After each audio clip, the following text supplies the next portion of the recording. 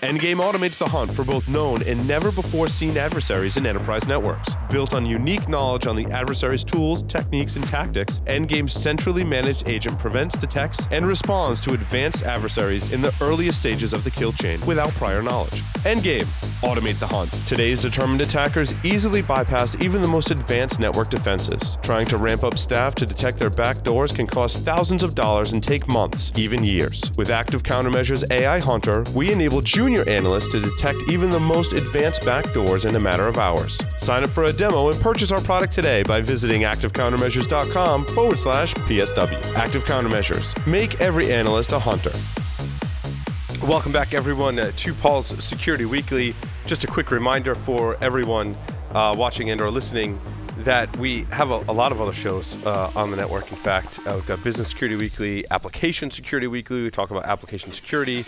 We've got Enterprise Security Weekly. We've got Hack Naked News, which if you're looking at this show and you've listened, you're like, oh my, well, I guess you're not listening anymore because you're like, oh my God, it's too long. I can't consume 2 to 3 hours worth of content.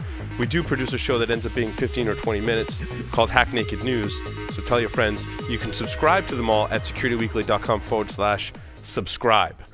On to, and Mr. John Moran has stuck around along with all of the other Security Weekly cast and crew. That's I got a quick announcement, Paul. Yes, Jeff, if I may. over to you, Jeff.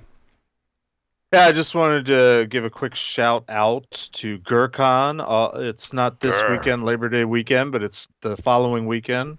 I'll be heading out to beautiful Grand Rapids, Michigan, and therefore I won't be on the show next week, because I think I'll be at a speaker dinner or something with a cigar and a drink in hand, no doubt. And bibblings. Yes.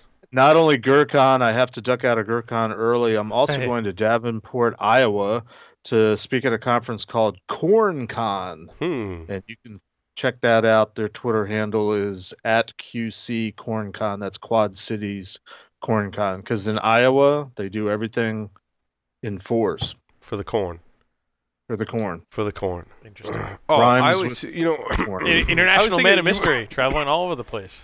You were saying during the break that you're like, oh, I should make it out to GurCon. Yeah. And I think a lot of us say that about many conferences. Yes. But I think many of us end up going to a lot of the same conferences throughout the year. So my challenge, maybe like a 2019 challenge, is I'll give you one pass. So in 2019, you can go to one conference that you've been to before, but all the other conferences have to be security conferences you've never been to. I'm not saying no, I'm going to do that or we're going to do that, but my challenge to the listeners is to diversify the portfolio, go to one conference that's the same, but every single one of them should be different. Yeah, and that's not hard to do. There's like conferences almost every week. I'm not going to be at B-Sides DC because it's the same weekend as Wild West Hackin' Fest. Sure. I didn't go to GurCon last year because it was the same weekend as Wild West Hackin' Fest. I also wanted to mention the talk I'm giving at GurCon. Well, the one I gave 2 years ago was called Tales from the Crypt ...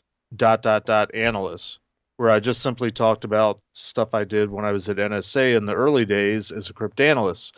This year, I'm giving the talk More Tales from the Crypt Analyst.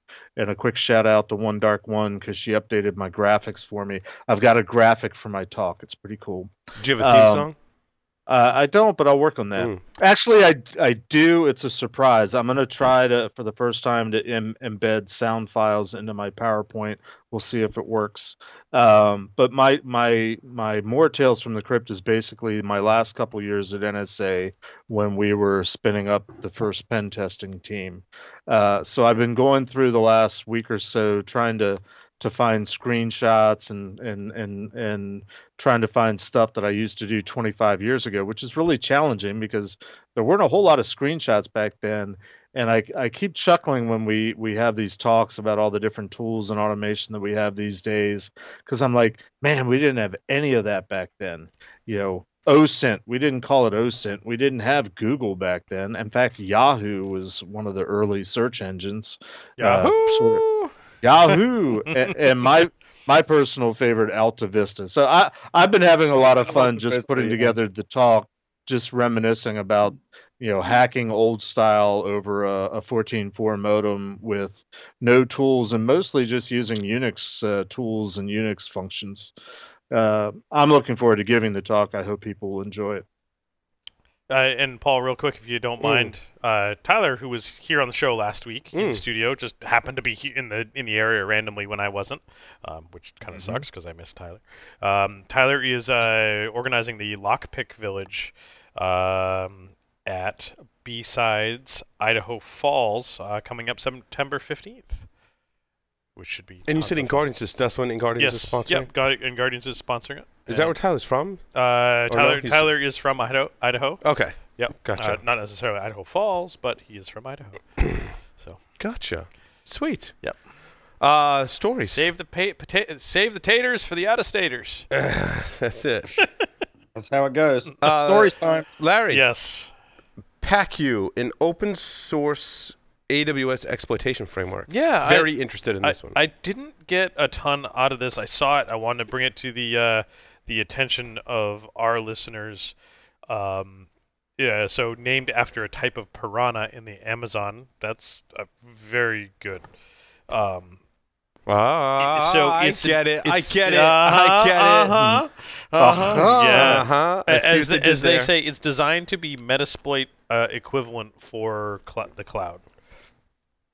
So I love it. I haven't seen anything like this. Me either. Let's see. Confirm permissions enumerates a list of confirmed permissions on the current account. PrivSec abuses 20+ different privilege escalation methods. CloudTrail injection injects malicious formulas into CloudTrail CSV exports. Disrupt monitoring targets guard duty, CloudTrail, config, CloudWatch, and VPC to disrupt various monitoring and logging capabilities. That's interesting. That's awesome. So, like, if you take over someone's, let's just say, container running in AWS and upload something to DDoS it, if you're able to poison the monitoring tools, we won't get that notification. I mean, you won't get that notification that one of your containers has been compromised and chewing through bandwidth and racking up costs. Yep. That's awesome. Sysman EC2 RCE abuses AWS Simple Systems Manager to try and gain root or system level remote code execution on various EC2 instances. Oh, that's beautiful. Yeah. So I haven't had a chance to play with it. I stumbled across it this week from some of the guys at work, and I'm like, oh, yeah, no, we need to look at this. And so the folks from Rhino Security Labs released They'll be at GERCON, and they did a demonstration at OWASP Seattle not that long ago. Nice. And they'll be at B-Sides Idaho Falls. Awesome. Because those are the two cons to go to in September. And there'll be a DerbyCon. Yep. And Wild West Hacking Fest. I'm serious. I'm reading the list right here. All the conferences we just mentioned, they will be at. GERCON, iRespondCon, B-Sides Idaho Falls, SaintCon, CactusCon, DerbyCon, RhinoCon, Seattle CSA, and Wild West Hacking Fest. You know what I just got to chime in that. Yeah. You know what I really love about a framework that focuses on cloud is misconfiguration is a common issue in cloud, and the fact that we have something that we can actually leverage to start looking into that rather than doing it manually is really, really cool. Because, well, let's just say we're seeing more and more issues misconfigurations. With misconfiguration. Yeah, I think isn't misconfigurations is a common issue in fill in the blank?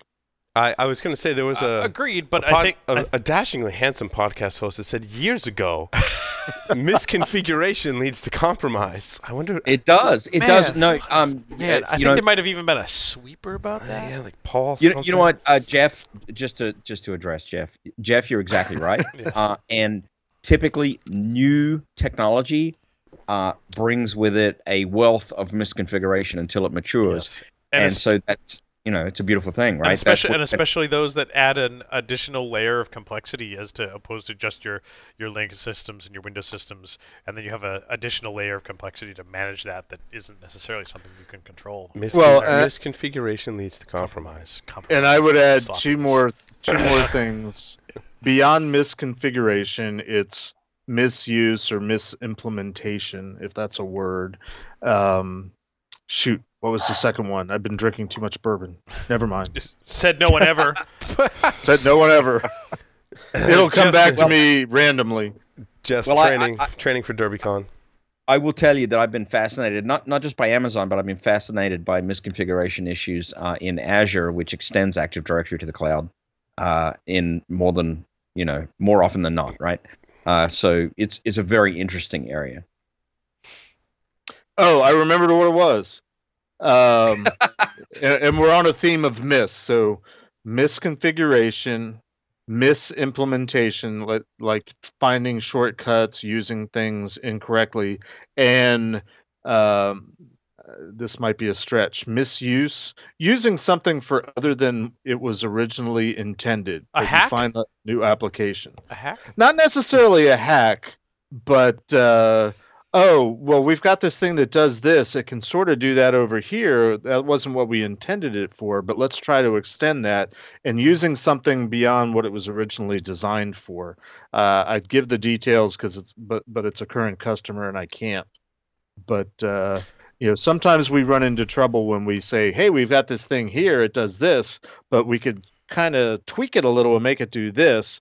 But from a security perspective, it was never designed to do that. Kind of like, I don't know, the internet. Go on. You know what I love about Jeff? He is an absolute lover when he's drunk. It's just awesome. I love everyone. I'm the same way, Jeff. I love everyone. Let's get some tequila out, huh, Paul? That's right. I think I'm quoted as saying, I love all you guys. I love everyone. Hugs for everybody. That's what happens at the end of a tequila tasting. You love everyone. And then you pass out on the front lawn. and then there's Thanksgiving.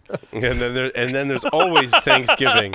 But that's when you send that love into areas that, well, we just won't go there. Yes. How can we improve the conversation among blue teams? I thought this was an interesting article. It comes from Tim Wilson, who's the editor-in-chief of Dark Reading. And basically, what Tim was talking about in this article is the gist of it is, and I agree, I think there's a lot of conferences that we have in the security community largely still focused on security professionals and largely offensive security professionals. And by that, I don't mean smell. I mean the people who are attacking and talking about offensive techniques. The shoe fits. Right? But how do the blue teams communicate? And by blue teams, not necessarily the security team, but by blue team, we mean the developers, the IT operations, the help desk are all part of the blue team in protecting the infrastructure. What's their method of communication for securing systems? And I think Tim pointed out a gap in our community,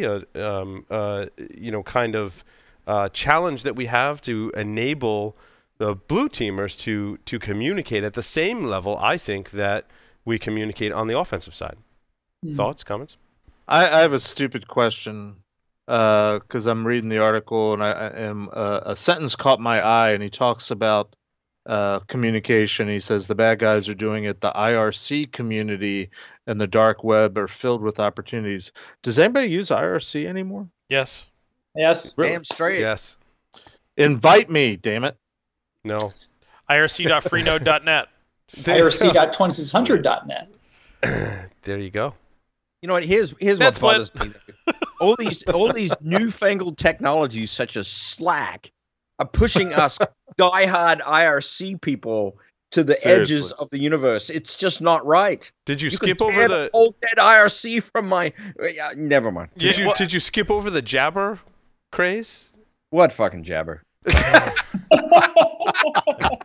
So Joff, here's my really 30-second take on IRC and Discord. Not IRC, Discord, and Slack.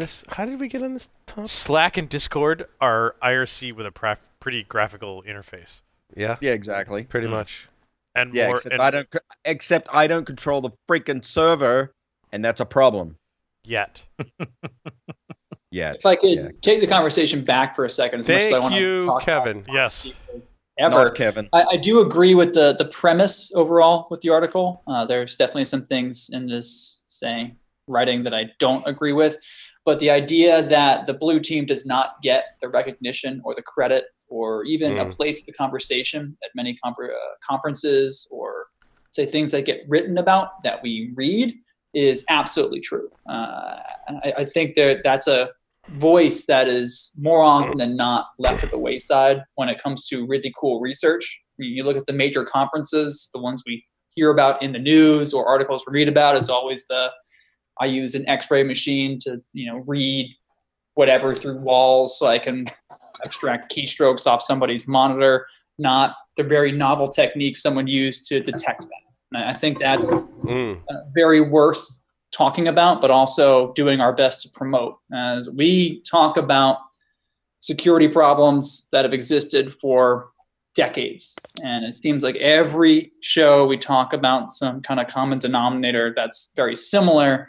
It's always the attacker, it's always the offensive, it's always the user is the problem. The defenders don't get enough credit or conversation about how they're actually fixing the problem. I really hope that's not pushing them away from actually publishing their research or actually giving these presentations, because it doesn't seem like it's an open forum for them. Well, I was just going to say, Jeff, one sec, the danger with that, and we just ran into in a webinar that we just did with Javelin Networks, right? When you push the envelope and you ask, like, how Javelin does certain things, or you push the envelope and you ask Blue Team how they're detecting attackers, they reaches a point where they're like, you know what? I don't want to talk about this publicly, because if I do, the evil bad guys are listening, black cats are listening, and they're going to know how I'm detecting them, or they're going to know how I put these processes in place and going to work to get around them. Now, the flip side of that coin is almost the cryptography debate, right? Like, put it out there and let it be defended. Jeff, and then Joff.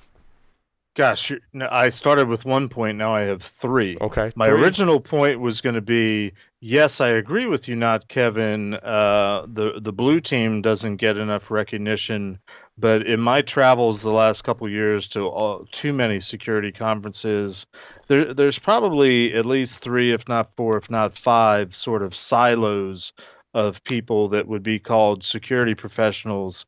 Red team, blue team, consultants, assessors, auditors, lump them all together. People that focus on compliance. I've been to conferences that focus on fraud, and when I bring up security, they're like, "Oh, that's not us. We're fraud. We're not security." I just a couple months ago, I was at a conference that was dealing with forensic activity. Same thing. I brought up security, and they're like, "Oh, that's something different. That's not us." So that was my 1 point. There's a whole lot of people that need to do more talking and get more recognition, because I think we're all in this together. Then Paul mentioned cryptography. I won't even say anything about that because we could go on it. And damn it, this bourbon. What was the third point that Paul raised? What did you say, Paul? I'm blaming it on the bourbon. I'm really just old. I'm like 3 or 4 rum and cokes deep, so Yep. your guess is as good as mine, Jeff. I think we should get to Jack on this one after our next. Well, hold on. Yeah, it was Joff, and then Jack. Yes. I was just going to say really quickly, turnabout's fair play, right? Because in the pen testing industry, we too often, I think in Guardians and Black Girls fall into this category, right? We try to publish blogs and things. We try to talk to the community, but then there's a negative aspect to that, because when we publish about some techniques and attacks, we find the defensive community learning from that and then thwarting our efforts. And so I think all I wanted to point out is it goes both ways, right? As Paul and I were discussing earlier today on the Javelin webcast, we've got this great defensive technology on their behalf, and good for them for doing it, but they're holding back and they're holding close to the chest. And I think pen testing companies and attackers tend to do the same thing after a while. They're like, well, I'm going to hold this close to the chest because, you know what? I want a little bit of secret sauce. Jack. He's dead. Jack. Oh, God. So, yeah. Actually, recently there have been more and more conferences with blue team stuff, but all of these challenges are real, and people think a lot of things are secret sauce that aren't. All of you guys have seen this, and it's said, but I recently had a conversation where somebody joined a new enterprise, and their first focus was finding all the shit in the network. That is a beautiful picture of Jack right there. And I'm just like, right, that's probably a really good idea. And if you actually have a good grasp on everything in your network, you're ahead of most people. And then we have these conversations, as Joff was saying, whether it's in Guardians or Black Hills or some of the other, groups that the companies that our friends are in. You guys see this more than I do, but just talking to people that are, they're customers of. We're only hearing every second word of Jack. That's all right. I don't have anything I'm not to say. here. The look says it all. Yeah. So there's this split between this crowd and most, I hope, most of the people listening or watching, and the big wide world of people who have no idea how many machines are on their network, much less what they are. So it's an interesting split to me. And once you get outside of those of us who give a shit and go to conferences and talk and listen and, participate in podcasts and listen to podcasts and read blogs, there's that whole wide world of people that Jeff said, I'm not in security. I mean, one of my first interops, I remember talking to a guy that said he had nothing to do with security. He did BGP configuration for one of the backbone ISPs. I went to the bar and drank, and I'm still drinking.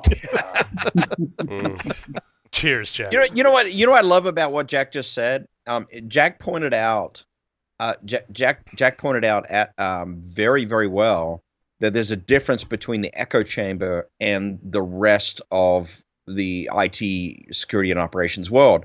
And I think in our particular case, and I will sort of drop Larry into this bucket as well. In the case of information security companies that are performing penetration tests for pretty high-end customers, I think we're in our own little echo chamber that is quite skewed towards really, really excessive both attack and defensive measures, and the rest of the world just doesn't live like that.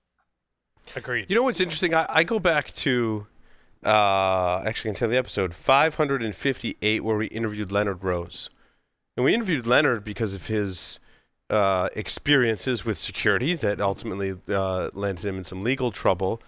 However, one of the more compelling things that he said, other than being kind enough to share his story, was that he talked about the job that he has today that's more about sysadmin, and having, I believe the number was tens of thousands of systems that he's deployed OSSIM to and is gleaning a lot of intelligence from that.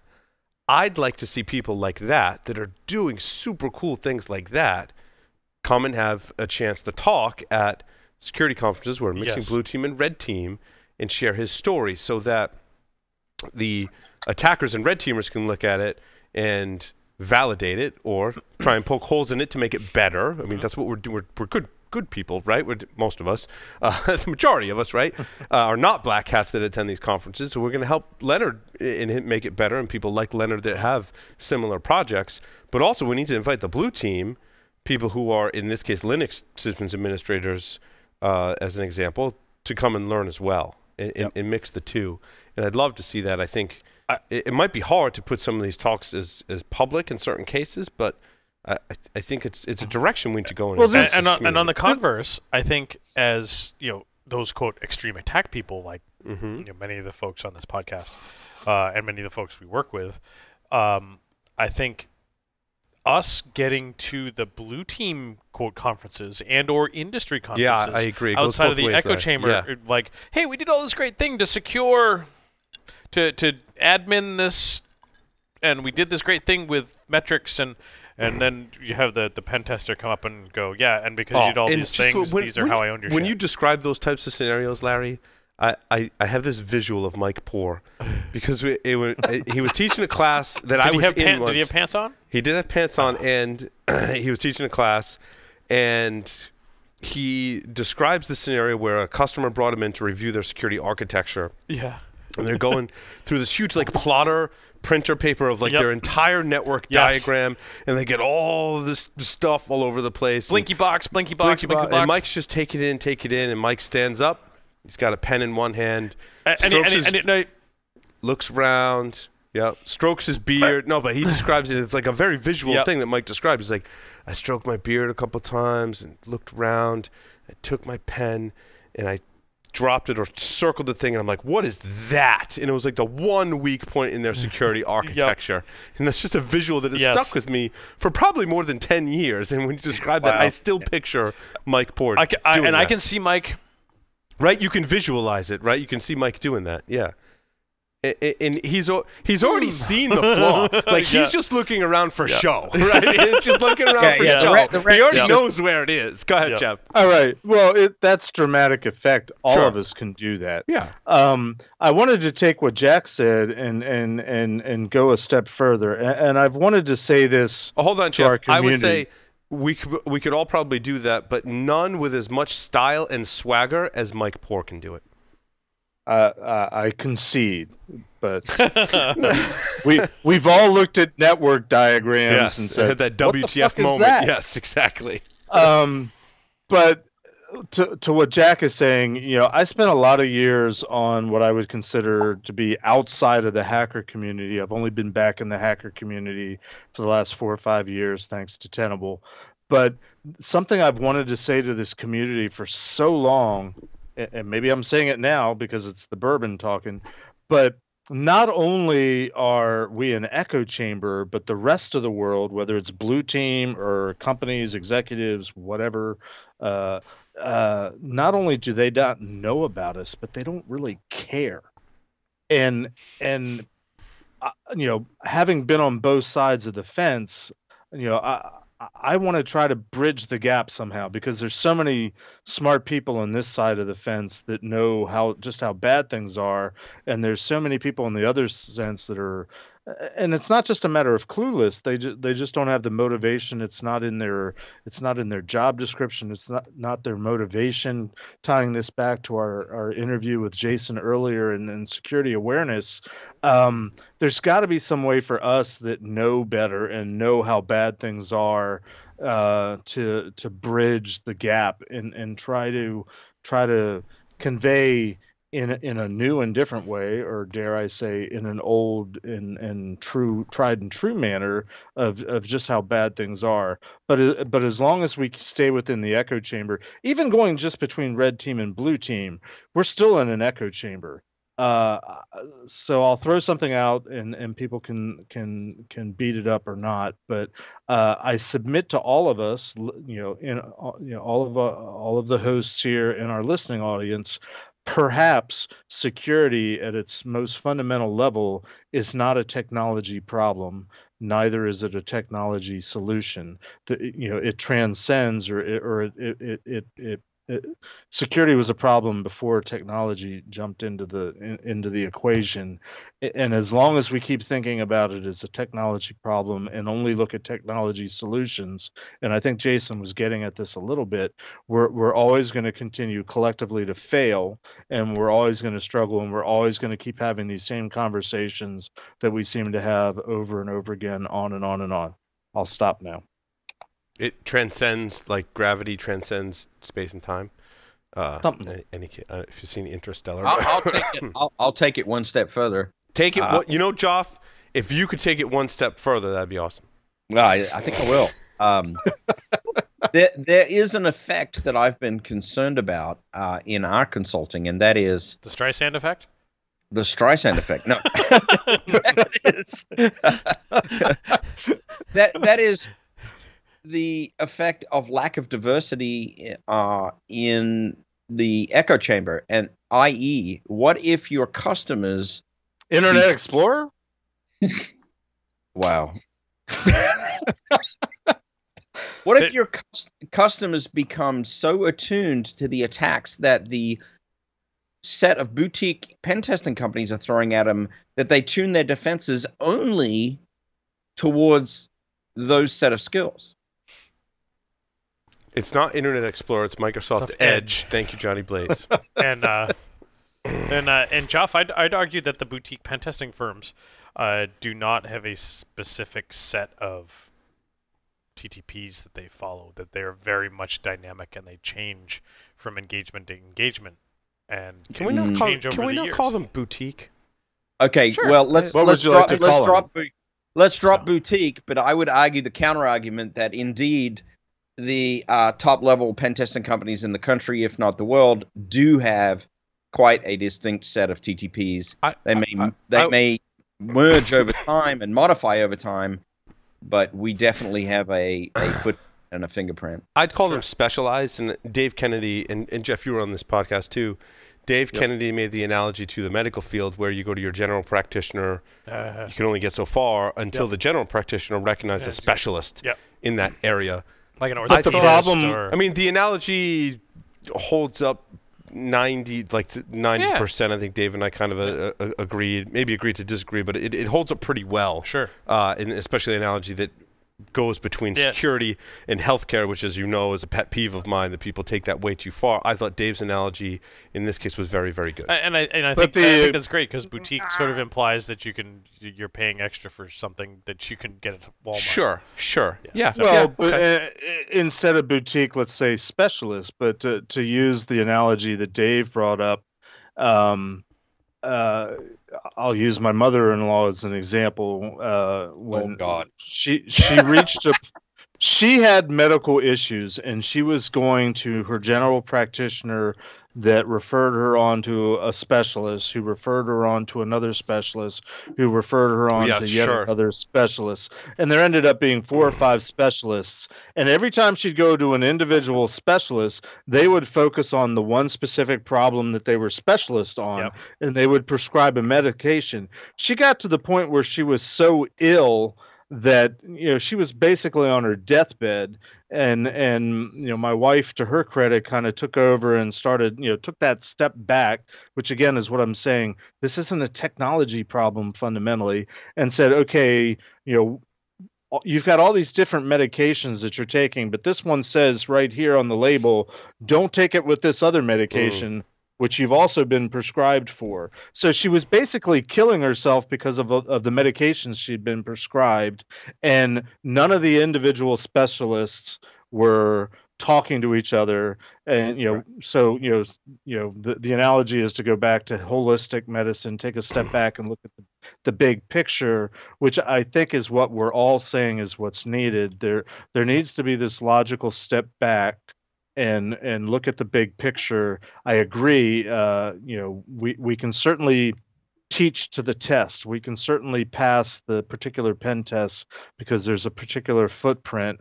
I was thinking when we were talking to Jason earlier, he was going on and on about how to train employees in companies about one specific type of exploit or attack. But that's 1 out of 100. What about what do we do with the other 99? No, Jeff, I think your point is valid in that in the health scenario, we wouldn't go like the only doctor we visit wouldn't just be the specialist, right? Right. You need to be a little more diversified, and I think it's the same thing when you're talking about assessing your network and getting help with your security architecture and your security programs. Is you're not just going to one particular specialist and saying that, oh, well, now I'm healthy or now I'm secure, right? That you still have your general practitioner and you visit various specialists for various different ailments, or in the security thing, different scenarios in your security architecture. And I think in that point, Jeff, it's a valid point for sure. There's an old adage. I'm sorry, real quickly. There's an old adage in the medical community, in the medical field, always get a second opinion. I think that's valid here too. Right.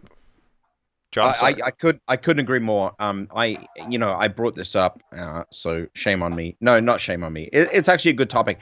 I caution and advise my customers, even though it's potentially to our business detriment, that you should seek diversity. It's very, very important to move on to another consultant company, to actually make sure you're getting a different opinion, because if you don't, there is definitely a danger of training to the test. There's definitely a danger to defending to the TTPs of one particular pen testing company, and that could potentially be a downfall.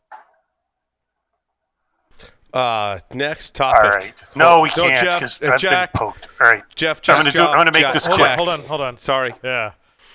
I'm going to make this quick. To continue abusing the medical analogy, I think that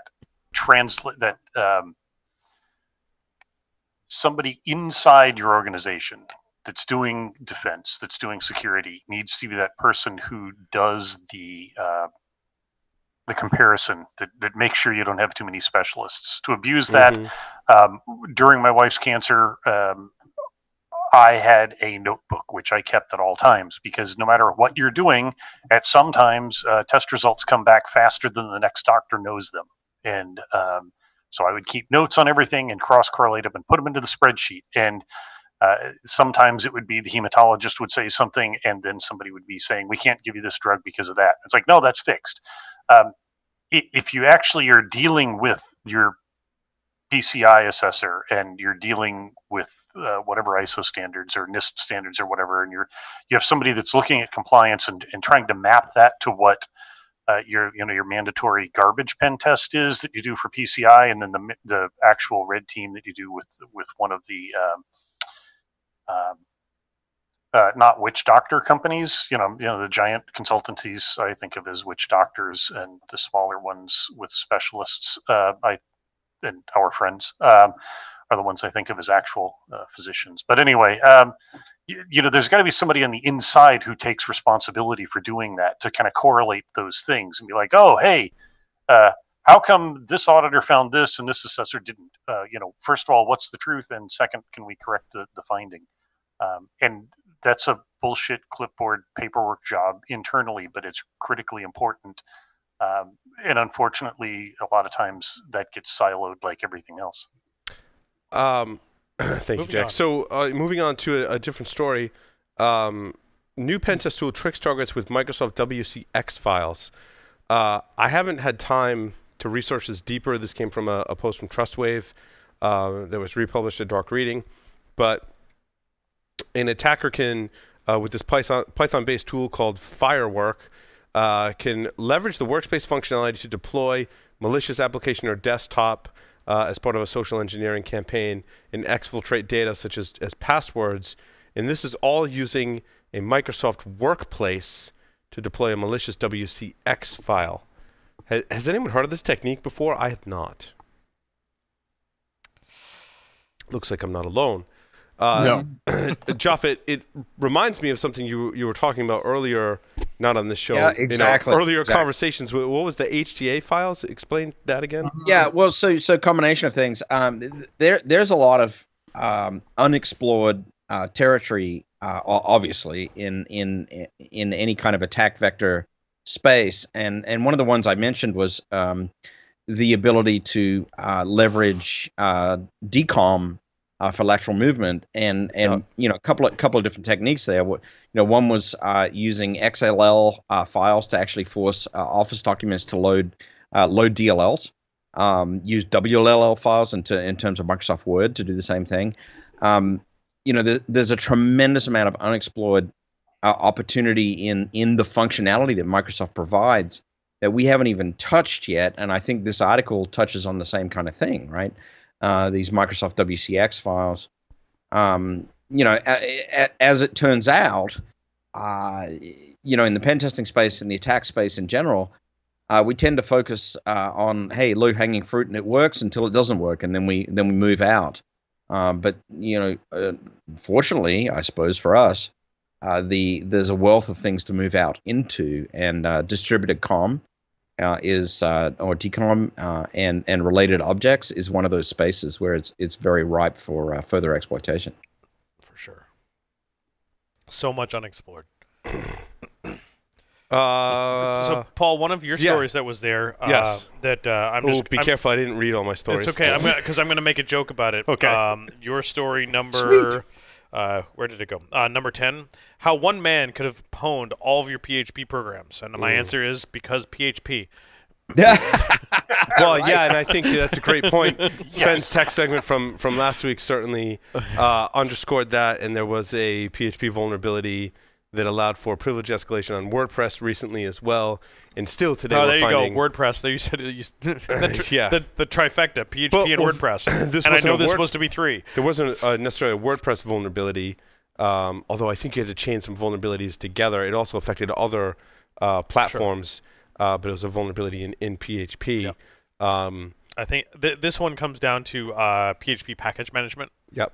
And that like there was one dude that controlled all of the package management for PHP. Oh, I see. And he could have, from what I gathered, it was he could have injected stuff into any one of those packages maintained by the PHP package manager. This is a huge supply chain attack, as they refer to it, and a huge problem in today's modern frameworks and services like PHP. Even extends out to browsers and phones. Basically anything that allows an add-on and has a package management system associated with it. Your mileage varies. Apple traditionally has done a pretty good job of managing their app store.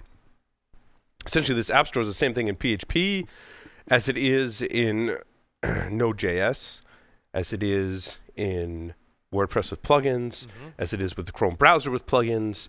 If you can poison a plugin somewhere along the line, or compromise a developer in some way, or compromise their GitHub, you can slip code that's then automatically downloaded by everyone who's using that add-on or plugin or whatever it happens to be. Kodi also works a similar fashion, has a series of add-ons. I don't know about you, but have you done a code review of the add-ons that you're installing in Kodi? I mean, you'd like to say that you would, but you don't. Yeah, and if I did, would I actually catch anything? You'd have to look. Your mileage might vary, right, depending on your own skill level, the tool set you have, and the environment that you're working in.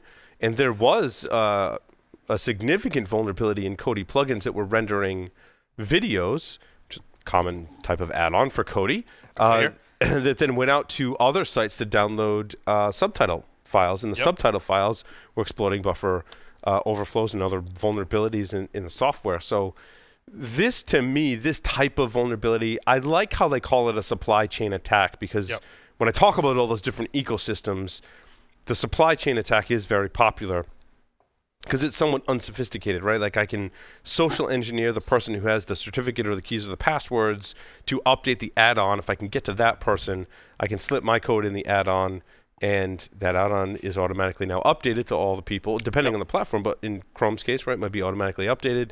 And now everyone's running my malicious code. This is probably, I think, not talked about enough in our industry today. And certainly on the blue team side, something that's not being considered as an attack vector as much as it should, because I think it's very difficult to protect against this attack. As if you look at the tools that we have for detection today, it's not really malware, right? It's something is doing something. So it could potentially be a pretty stealthy attack as well. Anyway. I have no idea what Paul just said. I don't either, Joff. I mean, he said attack vector. I put a bunch of words together. Cyber kill chain. Hope they made. Let's go ahead and throw some blockchain in there for good measure and a little bit more cyber. I think we'll be fine. I mean, if you're using machine learning and AI, Joff. To enhance the WAF. To enhance the WAF. Enhance your WAF ability with your AI, machine learning, and cyber crypto chain blockchain cipher, etc. Larry, over to you. I will repeat again. Sorry, Larry. It's okay. That we have this technology centric view of all of this, and maybe there's more to it than that. Yes. So what you're saying is we need security, end user security awareness programs, Jeff. No, we need a culture of security. We need companies to have employees. This is the talk that I've been giving this year, and I've only done it once, but I will be doing it again in the next month or so. My supposition is that maybe a lot of what we do that we call security, in particular vulnerability management, maybe that's not security at all. Maybe that's just your job. Maybe you're supposed to patch and configure and harden and develop secure stuff, and maybe that it's security related, yes, but it's not security. Maybe security is something else altogether. Well, not altogether, but it's more the monitoring, the detection, the catching stuff early. But The containment, in our webcast, we use the term containment. There's questions about how do we contain these threats, and I think that's important as well. And Jeff, I very much identify with what you're saying in that when we look at developing software and implementing IT infrastructure, that security should just be part of that process, right? We should make it easy and part of people's jobs to implement software and IT infrastructure securely. And I think you're right. I think that's when we, I think years ago we talked about how there's not going to be any more security positions in organizations anymore. It's just going to be baked in. I think that's largely overstated. I think that DevOps and IT, and to Jeff's point, I think the progression of it will be that DevOps and IT operations will adopt security processes as part of their normal everyday procedures and processes, and technology, also to Jeff's point, has evolved to enable them to do that, which still is a role for security, though. No, I don't think it's evolution, Paul. If you remember the movie The Planet of the Apes, the punchline of that whole movie is discovering, oh, I'm on Earth after all. Yes. And what I'm saying, it's not an evolution. It's we've lost something, or we've never, properly transitioned it or effectively transitioned security from the people that knew security and did security, which is the DoD. Historically, the military. We've never successfully transitioned that into the private sector for a million different reasons. Are you saying the private sector is like the apes, and we haven't trained the apes to be able to communicate and take over the world? And are you saying that we didn't know that we were on planet Earth until we saw the Statue of Liberty on the beach? Or I think we lost something. I think we've lost something, or we've never properly translated. Yes, the private sector is the Kevin's apes. laughing at my joke. Thank you, not Kevin, for laughing at my joke. I totally got it. And I'm thinking the Charlton Heston movie. Damn it, not the stupid remake. No, I'm with you. The original is way better than any of which my dad took me to when I was 5 years old. That must have freaked you out at 5 years old. If I took my 5-year-old Planet of the Apes, not as much as The Exorcist. Yeah. I didn't see was that around the same time. It could be pretty close. It was a few years. You know what? I think 5 years later. As much as this conversation is completely sideways, first of all, much love. Hey, Joff, let me just remind you, you're on Paul's Security Weekly, like not one of our webcasts or one of our other shows. Right. Even though we don't have hair, we let our hair down kind of thing for most of us anyway. There goes not Kevin, right, letting his hair down. That's right. It's all natural. I love you, man. That was sexy, Kevin, by the way. Can you do that again? That was sexy. He was working on that one. It was flip it a little bit more. Anyway, yeah, that's beautiful. It's absolutely beautiful. Maybe it's Maybelline. Jack's got me beat. Sorry, Jeff. What were you saying about the show being sideways? I was saying that maybe Jeff has a point in the not transitioned properly. I think the new technologies that are coming of age right now, the idea of application layer virtualization and DevOps, and the things that we're seeing emerge are really addressing the weaknesses in speed to deployment and speed to secure deployment that we haven't seen prior. And I think that very, very important aspects of the industry that are just getting better, which is great, right? I don't want to be out of a job. I think we'll always have a job, but it's good to see improvement in that space. That's all I'm saying. I want to transition to the story where the CIA network exposed through insecure communication systems. It's an interesting story of CIA intelligence network in China. I want to quote the article here. China. I want to quote the article. In the words of one of the former officials, the CIA had fucked up the firewall between the two systems. That's in case you were wondering what the underlying problem was, there's a very technical description for you. And that is a bad organization and a bad place to fuck something like that up. Right? Just saying. Surely Jeff has a comment on this. Surely. Now, what's interesting, Jeff, before you go, I just want another quote from the article. It says, the FBI and NSA both ran, and this is in quotes, quote, air quotes, penetration tests, in text it's actual quotes. So the FBI and NSA ran, quote, penetration tests to determine the security of the interim system.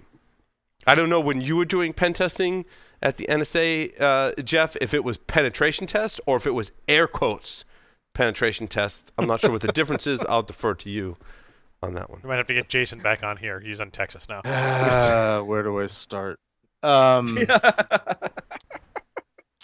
In the same breath where I say we haven't properly transitioned the core knowledge, the institutional knowledge of how to do security into the private sector, at the same time, the organizations that used to know how to do security well have somehow lost that ability, and I think that goes a lot to bullshit.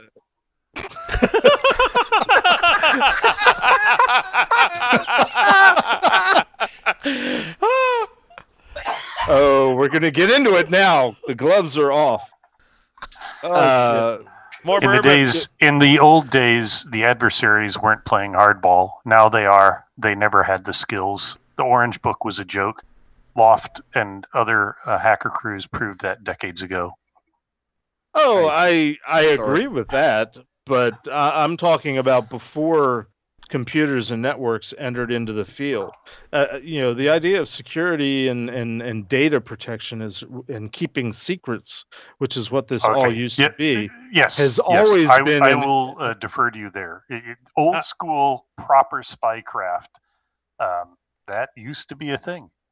It used to be a thing, and it was a learning curve. And one of the reasons why I like, and I'm liking it less and less, I will say, the PCI data security standard is because it was originally based on sort of sound principles of how you build a secure network and build a security program.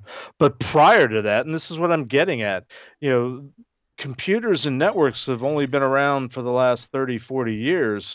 The DoD, the military, has been doing security to some degree or another as long as the country's been around. And it hasn't always been perfect, but it's been evolutionary in the sense of somebody figures out a way to break something or get to somebody to get secrets, and we figure out a way to do it. And that's largely been translated and propagated, not sure what the right word is, into the computer and networking world. But I think the biggest mistake that all of us have made, and I blame this on Marcus Raynham. The word you're looking for is sodomized. I miss having Jack on the show. It's great to have Jack. So back. many sound clips we can pull from this now. But the problem is, we started at the very beginning of networks security thinking all we have to do is build a wall around it and we're good. We build a perimeter, and so we is that came like up the with wall this between idea. Mexico and the U.S., Jeff? Is that Yeah, pretty much. I mean, so what you're saying is we're going to build a wall and let the attackers pay for it? Because that was IT Pro's slogan. Well, we're going to build a wall that is so high that it can't be traversed. And somebody said, "Well, what about using a ladder?" Oh yeah, I guess that would work. Would you call that somebody's high? It's a WAF, like Kevin said. It's a WAF. It's a WAF. WAFs will solve everything. We just put a WAF around it, be all set. Good to go. Yep. I have one other, unless you want me to call it. Let's do. No, we've got lots of stories. We've got lots of stories, but we don't have time. Time is of the essence. Time is of the essence, and time's relative. The only one that I would want to call out would be the epic fails around the T-Mobile breach that Jeff had in. And that I saw the Twitter responses to some folks about that, and I thought it was, which weren't in this particular article, but it was absolutely hilarious. So this one they breached, they leaked the pins? No, 2 million passwords that were hashed with MD5. Oh shit! And then because there was another story where AT&T, I believe it was T-Mobile, leaked the pins that you used to secure your account. But in this particular one that Jeff posted in the deal was that T-Mobile got hacked. I want to say it was something along the lines of 2 million passwords were exposed. Yep. And they were hashed with MD5. And the responses from T-Mobile's Twitter account were not in this article, were along the lines of, but we take security very seriously. We only see the last 4 characters of your password when you call us on the phone.